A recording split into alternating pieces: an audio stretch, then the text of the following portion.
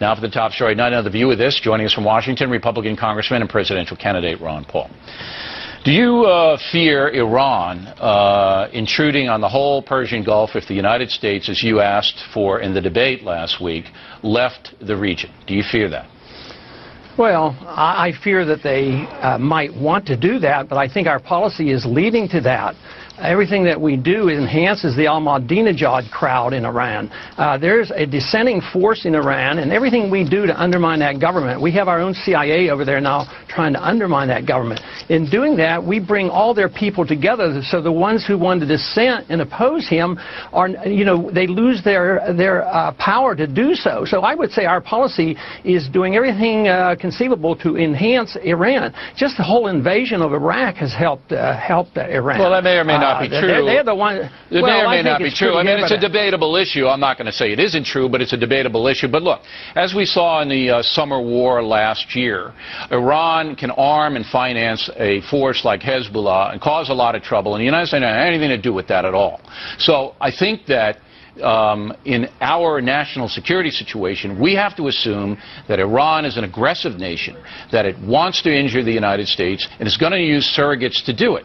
Now, if you have an Iran actively seeking nuclear weaponry, as you do, and if you have the ability of that country to hand it off to a Hezbollah or an Al-Qaeda or anybody else, you withdraw from the region, you give them carte blanche to do what they want. Do you not, Congressman? See, I think you're concerned about the wrong country right now, because more than half of the Al-Qaeda that are committing suicide in Iraq right now are Saudis, and nobody even talks about look, that. I'm concerned about all the things, but when they're seeking a nuclear weapon, when a country's seeking a nuclear weapon that's a danger to the USA, a stated danger, and you want to withdraw from the theater, that gives them carte blanche to do what they want, does it not?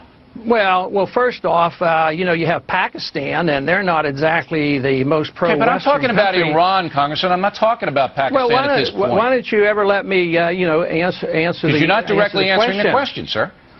Because no, I do not fear them as you do, as many do, because they want another war. They want to spread this war. This has been the plan by the neoconservatives to have this major overall, this revamping of the whole Middle East, precisely the reason the Al-Qaeda is growing. The Al-Qaeda is growing because of our policy. Our national security is threatened because of our policy, and it makes it much worse. So I see the Iranians as acting logically and defensively. We've been fighting the Iranians since 1953.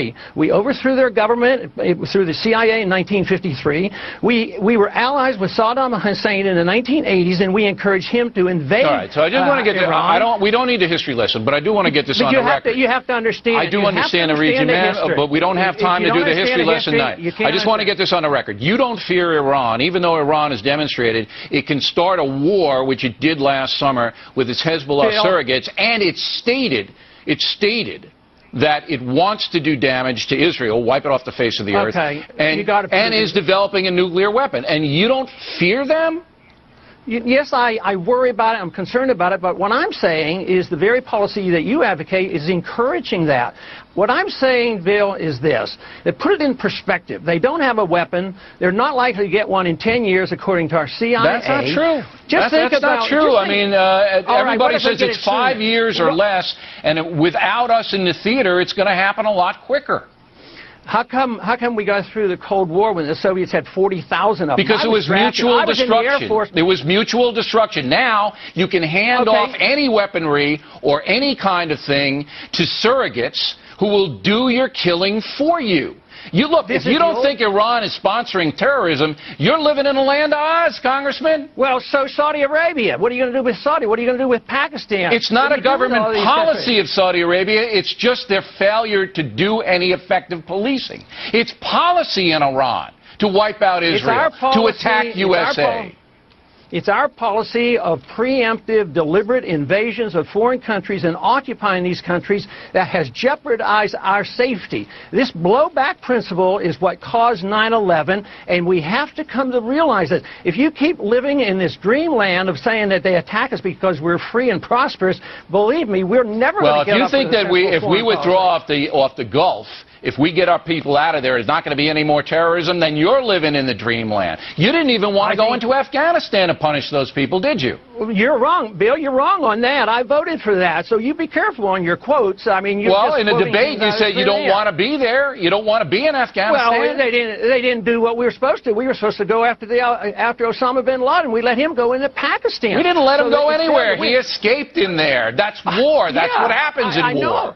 But what did we do? We went into doing exactly what Bush said he wouldn't do, into nation building. All right, let me just, I got one more question. We're in Afghanistan now trying to have that country stem back the Taliban tide. Are we doing the wrong thing there? Right now, we're doing the wrong thing because we didn't do what he was authorized to do. The president ignored going after bin Laden, and we don't need to be in nation building. We need to defend this country and defend our national security, and our national security interests are not served by the policy that we're following in the Middle East. It's undermining our national security. Congressman, we got it. We have to come to realize it. We got it, and we appreciate the lively debate. Thanks for appearing tonight.